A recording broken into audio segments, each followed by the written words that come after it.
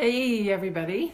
Hello and welcome to the first mystical, magical, miraculous Monday.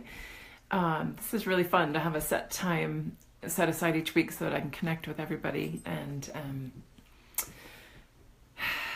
share.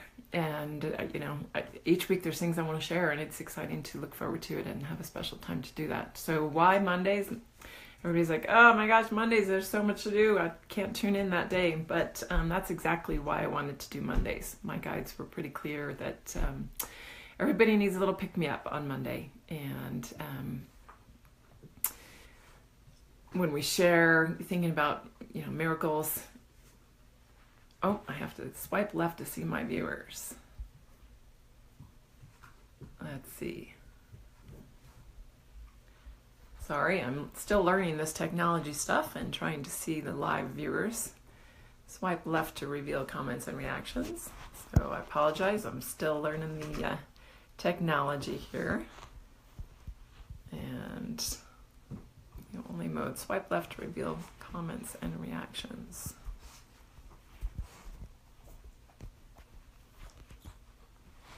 All right, so I'm not sure if I'm able to see comments or reactions. Feel free to put a comment in or a heart or a like or something so I know you're there. I apologize. I will work on my technology end. But anyway, going back to why Mondays. Everybody needs on Monday. Everybody needs a pick-me-up. And knowing that Mondays are chaotic, especially for business people, that they tend to be the day of the week that has the most stuff crowded in. And we forget to stay centered. We forget to just breathe. And so trying to find a space in that day set aside to stop for 10 minutes what you're doing and just breathe is sort of a goal of mine. And why 111? Well, if you're into numerology at all, the master numbers, anytime you see 2, 3, 4 digits of the same, 1111, 222, 444, they're considered master numbers, and working with the number 1 is moving into a new way of doing things, setting a new paradigm, creating and imagining and moving forward into a shift. So wanted to definitely take advantage of that, and knowing that 111 is after lunch hour for those on the West Coast. They can sit back at their desk, get settled in, or on their lunch hour, take a break and listen. And yet in the central states and back east, that I'd still catch them before they hit their afternoon commute to leave work. So hopefully this is a good time for everyone. And I see that there's a couple people online. I'm sorry, I haven't figured out how to see who you are and if you're commenting, so I apologize for that. I am gonna, oh, there's Elspeth. Hey Elspeth, I'm learning this whole thing. Anyway, so I hope you'll join me. There's gonna be a lot shared about magic in the world. I definitely believe in magic and sharing our miracles. Miracles can be big or small. And I'm going to talk about one that was in my life. Hi, Rosa. Welcome from Barcelona. Happy to have you here. And for me, most recent miracle in my life is working on some of my mom's stuff. And we all have stuff with our parents, injuries from childhood that are affecting us in current day life.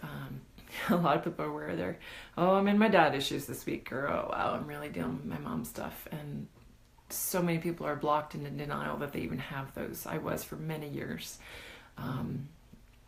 Spent about 5 years ago, started really diving into my dad's stuff and all the injuries about that. Hi, Kayla, welcome. Good to see you. Worked through that for a couple of years, and then 2 years ago is when my mom's stuff started coming intensely. And I think before that I denied it my whole life. If you were to ask me in high school who I did a report on about who I admired the most, it was my dad. And having gone through to the other side of all my injuries created by him in my childhood emotionally, I can come around and still say that and know who he is and why he is, and have moved through and forgiven all of the injuries. But even my mom, I would have considered her the kindest person in the world, and always wanted to describe her that way to people. And yet, when I finally was in a place on my path to desire truth and desire God's love to show up in my life, miracles can't happen until you desire truth, until you're willing to see and know it. And for me, about 2 years ago, I hit a brick wall with some stuff coming up of my mom. And having kids in my life, having children, I've had 2 boys, has been the greatest mirror for me. Not that you can't do it before you have kids, especially for the new generation of young people that Kayla and Elizabeth in their 20s are way beyond where I was until I was 40. So knowing that you can make great strides even before you have kids, but those mirrors in our life are perfect, and young children in your life will guaranteed bring about every single mirror that you have about your own parents. And as you watch yourself parent and become a parent and realize, oh my gosh, what just came out of my mouth, that's something my mom said to me. And wow, oh yeah, that one hurt. I just messed up there. I've totally scarred him for life. And then the guilt comes in. And so knowing that a lot of people out there need to connect with their mom and dad issues, I figured in sharing the one with my mom that I've recently found the miracle on the other side of might inspire. And so over 2 years, I got to a place where I couldn't even be in the room with my mom without getting really irritated. Seeing her for who she really is, seeing all these shutdowns that happened to me as a kid.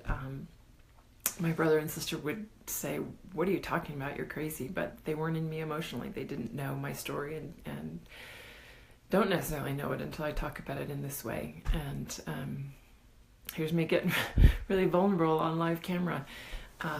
So I hope one day my family does watch it. Anyway, I started realizing all the ways that my mom neglected me emotionally with attention as a child. And then went through some big emotions, some realizations of not really being wanted during her pregnancy. I was a third. I was the one that came 3.5 years later, already moving on. Dad's out working on the rigs, and so she's home for weeks on end and overwhelmed already with 2 youngsters. By the time I was a toddler, they were starting school, so I was in the way, and I would have never said that with words out of my mouth until those realizations come in and the memories come in, because I started desiring truth and working with healers and people that brought me into those places. And that's the gift of working with healers, of working with somebody else who can help you see the mirror and help you dive into that and dive into it more deeply.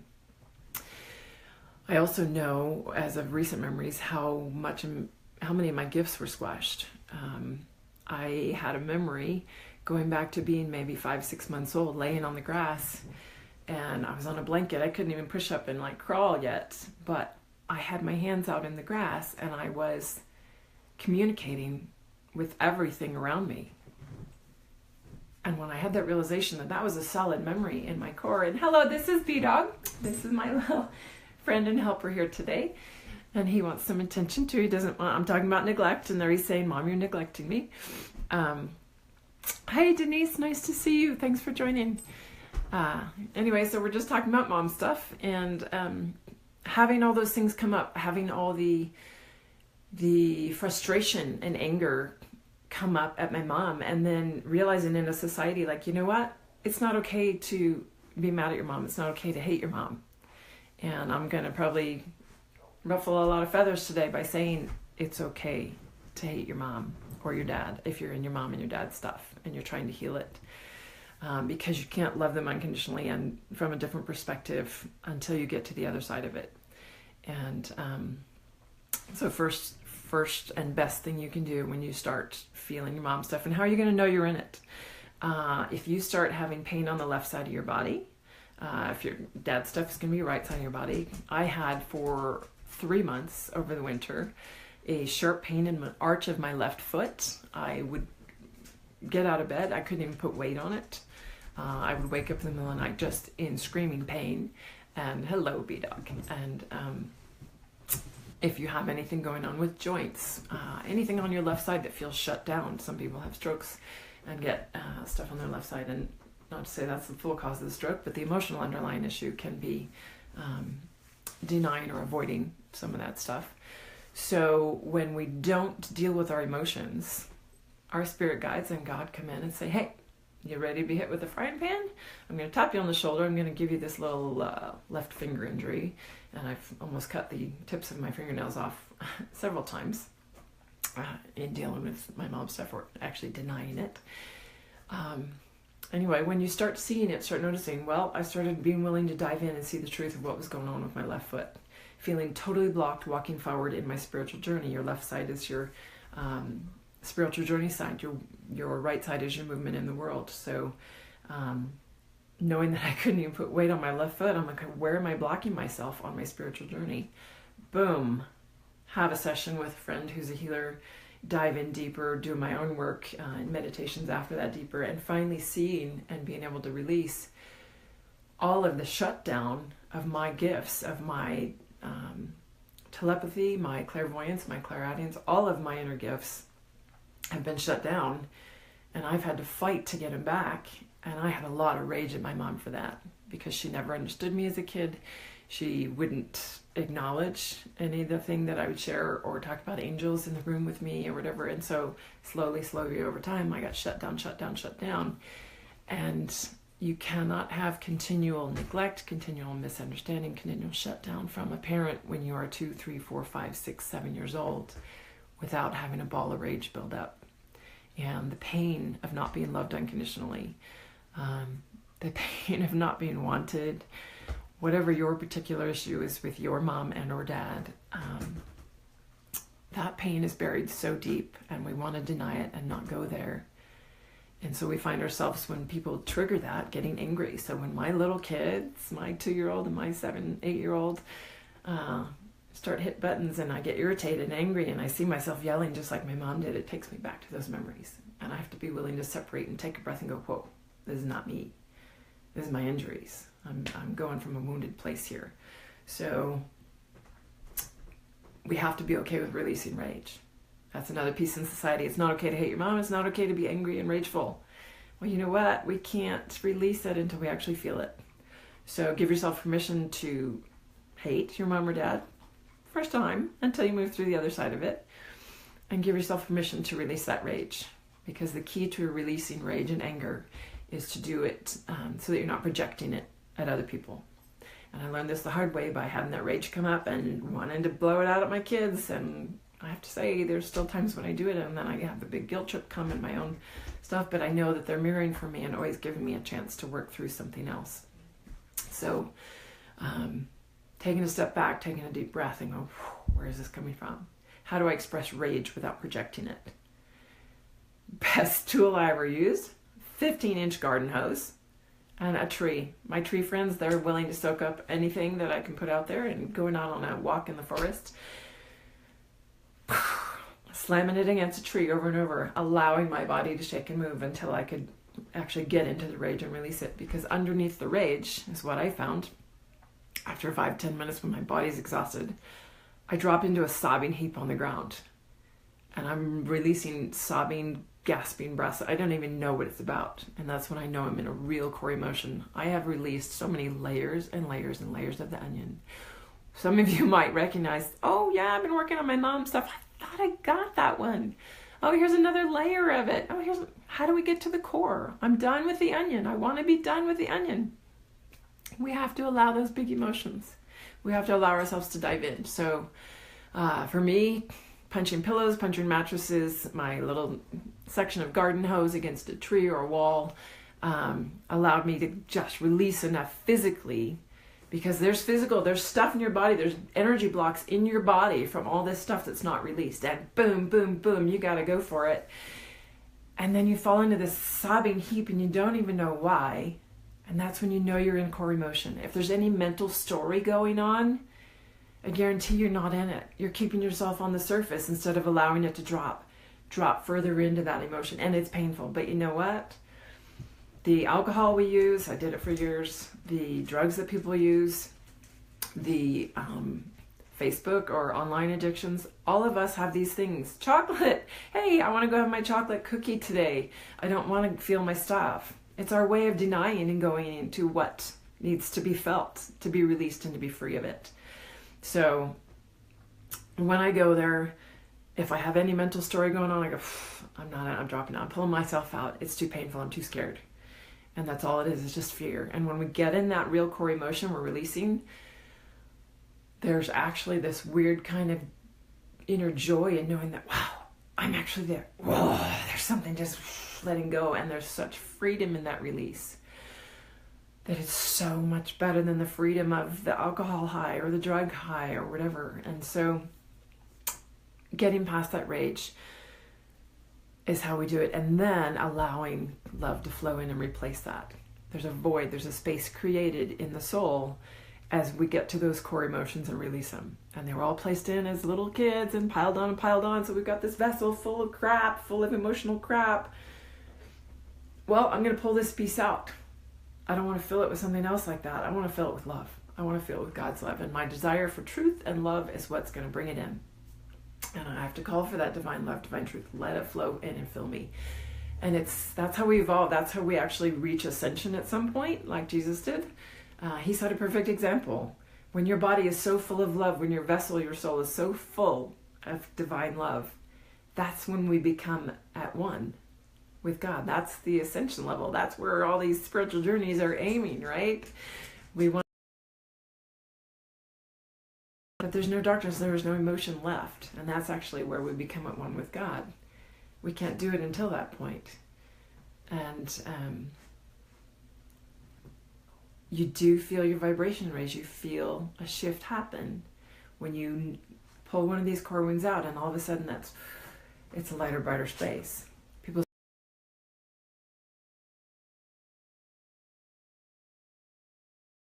you choose different clothes to wear, maybe you choose different things. So one way that can be assisted, and I have friends that are healers. We all need them. Being a healer myself, everyone on my table is a mirror for me. So healers out there, being willing to see every one of our clients as a mirror. But also, once we've stepped through, knowing that we can help those shift for all the other clients that want really valuable. They can take us into a core. They can see it more quickly, more easily. You don't want to spend $75, $100, $200 on a session for years and miss out on the truth of who you are and all the gifts.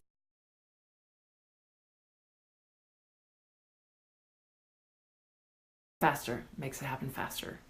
And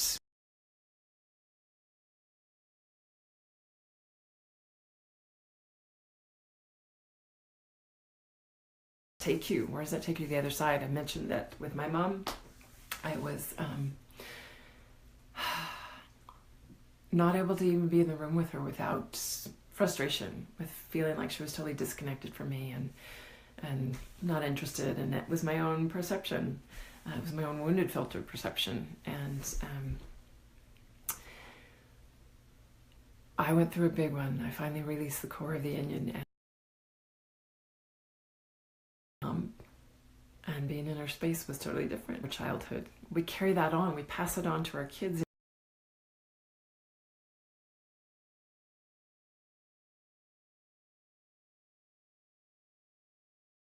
In her work, that was my miracle.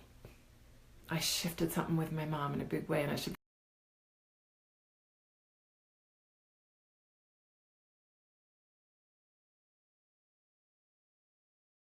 Board of wounding is cut and freed and healed. Release her own emotions around all that stuff with my kids, how they're treating me, how they're treating each other, and how we interact. And so I guess that's the main thing I want to share today. Be inspired, be excited to dive into your stuff. Just go for it. And I will look forward to seeing you for some more magic and mysticism and